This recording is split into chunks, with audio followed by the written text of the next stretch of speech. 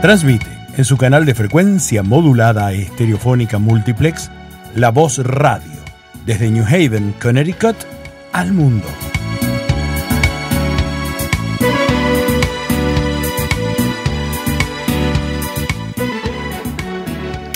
Hello and welcome to ¿Qué pasa? This is Norma Rodriguez Reyes, your host, and you're listening to us via WNHH 103.5 FM. And if you go to your computer, you can also watch us and listen to us via stream the newhavenindependent.org, lavozhispana7.com. Today we have with us live on our studio audience, Seila Mosquero Bruno. Seila recently was named by Governor Ned Lamont as the new commissioner for the Department of Housing. And I can honestly say to you, I am pretty excited, very excited about this nomination. Seila is the president and chief executive officer of the Mutual Housing Association of South Central Connecticut, Inc., DBA NeighborWorks, Housing Association of South Central Connecticut, DBA NeighborWorks, and also New Horizon. The NeighborWorks New Horizon is a nonprofit 501c3 organization dedicated to providing affordable housing opportunities to help build strong communities and revitalize neighbors.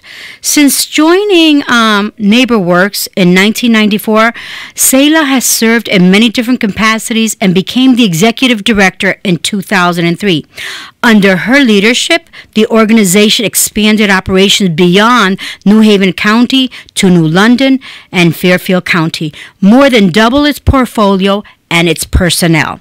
Seila has a master's degree in urban studies from Southern Connecticut State University, a bachelor's in business administration, and completed the Achieving Excellence in Community Development 18th month fellowship program at Harvard University John F. Kennedy School of Government. Seila, thank you so much for being with us here today. You're welcome, Norma. This is pretty exciting. So tell me, how did you feel when the governor, how did it happen? Tell me how did it happen? I don't know how it happened. Extremely excited. The work that I have been doing for all these years, bringing my experience as a Latina, I can be more. No, but when he called you, tell me who called you. Who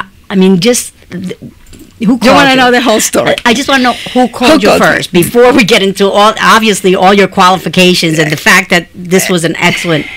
So I interviewed a couple of times, and I was told that I was going to be called if I was selected. I didn't receive a call, so I thought that I wasn't going to go anywhere. And the governor called me one afternoon and asked me if I wanted to join his administration and to head the Department of Housing as the new commissioner. That's exciting. It was very excited. I said, of course, it's an opportunity that I have to expand and to actually impact a broader community. His agenda about housing options for Connecticut citizens is something that I really embraced, and I will continue on with our work. So you're going to be the first Latina commissioner to lead this department. How will that impact the position and the role? I, as a Latina, am proud of bringing my culture to an office in government. I will be serving everybody in Connecticut. Yes. I'll be the commissioner for all Connecticut citizens. So I think that we do bring a little bit of flavor, if you will, as a Latina. I'm very proud of it. But as I said, the doors will be open to everybody. Yes, that's very important. But we Latinos are like that. We have a piece of pie and we cut it for everybody that's in the room. Okay. Exactly. You come to my house and I'll cook for you, even if you're not invited. You come, we turn on the stove and start cooking. So, what are your personal goals for the department? Well, I'm not there yet. I will start March 1st. And the first thing is I do like to assess. I like to see what is going on, and then provide the tools. I will be a leader, so I need to provide a tool to the staff. I need to, if they need capacity building, that's what I'm going to be doing. Looking at how can we improve services. Customer service is good, and is one of my priorities, so that everybody can really talk about the department as a place where people are doing business, and we can do business. It's not business won't be like usual, that people will have to wait for years to get a development. People need housing now. They can wait 2 years or 3 years. So my goal is to be able to move and to be able to make efficiencies where we can. Yes, it's always very difficult when a new boss comes into town, you know, because you have all the individuals that have been there for a long time.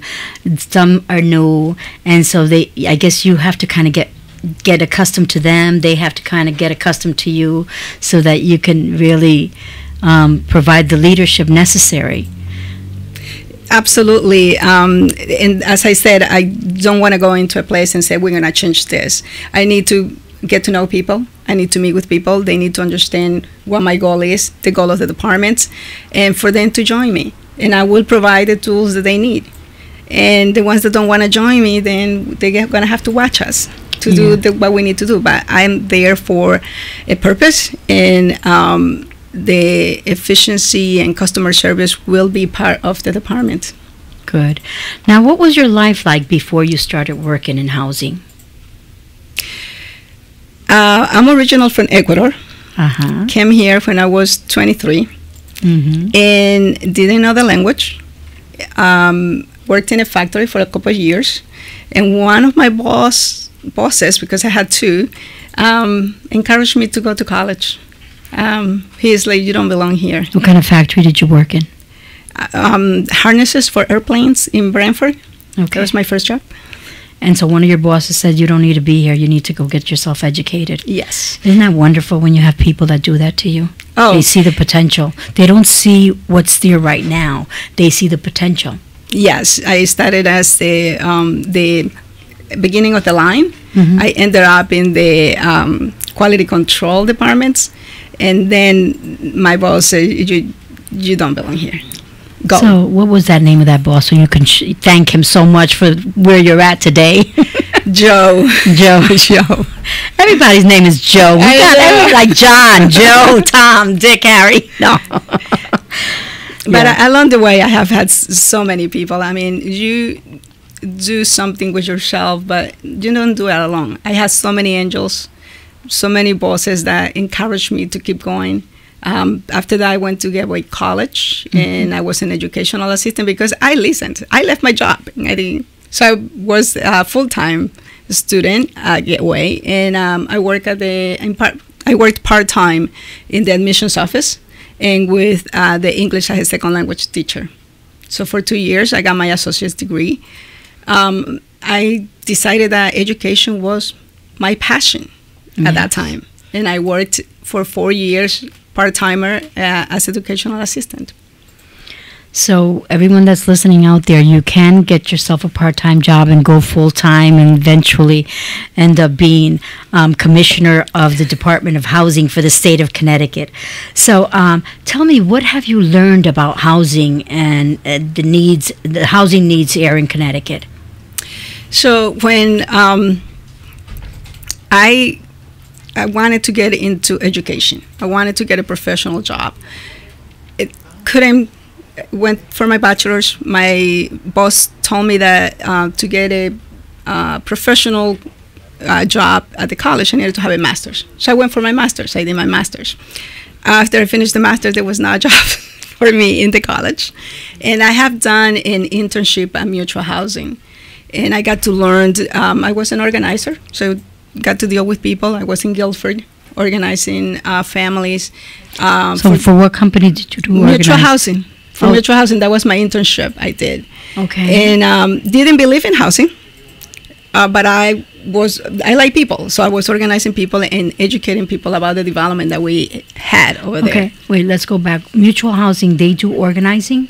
Yes. Okay, can you tell us a little bit about that? Because I didn't know that. So what we do is, in addition to housing, we organize in the neighborhoods. We educate families about affordable housing. We also provide support systems for the families and the kids. So when I was the organizer, I stayed for a year, still didn't believe in housing. I left, worked for a health insurance company for a year. I didn't like it. And then mutual housing, they were looking for an organizer, professionally, not intern. And they asked me to come back. And I said no. So what do you mean you didn't believe in housing? What does that mean? Well, I wasn't passionate about it. I wanted to go back to the college. I wanted to work at the college. I have been working with students so long that I wanted to be there, but it was only part-time jobs. So I decided to go back. They offered me a job full-time. Now I have benefits, mutual housing, and I did organizing for a couple of years. The organization was only 3 people. There were some issues with funding, and I needed to do work. I needed my job. So I didn't limit myself to just do the organizing job. I did operations. I learned how to do development. Then I started to get into the business. I like numbers. I started doing real estate development. I started doing pro formas. Still, I was an organizer position, but I never limited myself to just that position. You see, that whoever's listening out there, I think that's very, very important. I think nonprofits have a tendency of doing that you get hired for one particular job, but you're needed in a whole bunch of other areas. So when you do that, you also learn skills and develop skills that today you can use to be the commissioner of the Department of Housing. So can you share some examples of your best work? So my best work, some people will say that I'm a great developer. We do affordable housing, and we like to do healthy homes. But let me tell you, Norma, it's the staff that I have developed. I think that's my best work. I have such a diverse group of people working for the organization with a team approach, helping each other. It's just my greatest accomplishments, I think. I think that's wonderful. So is there a particular moment or memory that stands out for you? Yes. Few years back, we also do supportive housing. We finished a development in Fairhaven, and we have a family that we were showing the apartments to move them in. And one of the kids said to the mom, "Mom, could you ask the lady if we can have a Christmas tree?" Because they came from a shelter. And I can never forget that. When a kid feels like, wow, I have a home. I think that's wonderful. It's amazing how many things that we take for granted. We don't realize that if you give it to a family that doesn't have it, you've changed their life. Yes. And their perception of how they see things. So is there an achievement or contribution that you are most proud of, and why? I think the contribution to all the places where we are working. We work in New Haven, Waterbury, Bridgeport, Guilford. Guilford has been a great place to work. Working together with many different partners. My accomplishments, I think, is bringing people together and do what we need to do to provide affordable housing. That's wonderful. And what attracted you to this cause? Well, it all starts at home, right? Yes. So if you don't have a place to be with your family, safe, where the kids can do homework, when they don't get sick, I think that is what really makes a difference in life. So what inspires you? My staff really inspire me every day. I have some young people coming in. I really like to develop and share my experience with them because they're going to be the future. Right. So, Seila, what do you think other people should know about you? That I'm married with a Puerto Rican. Qué linda. My husband has been my greatest supporter that I have. I wouldn't be able to do this without him. He supported me to all my ideas, like going to Ecuador and support nonprofits, going to Puerto Rico and help our sister organization, NHS Puerto Rico. After the Hurricane Maria. NHS? What does that mean? It is Neighborhood Housing Services in Puerto Rico, and they do first-time homebuyer classes. They're doing right now roofs for people that love all their in those homes.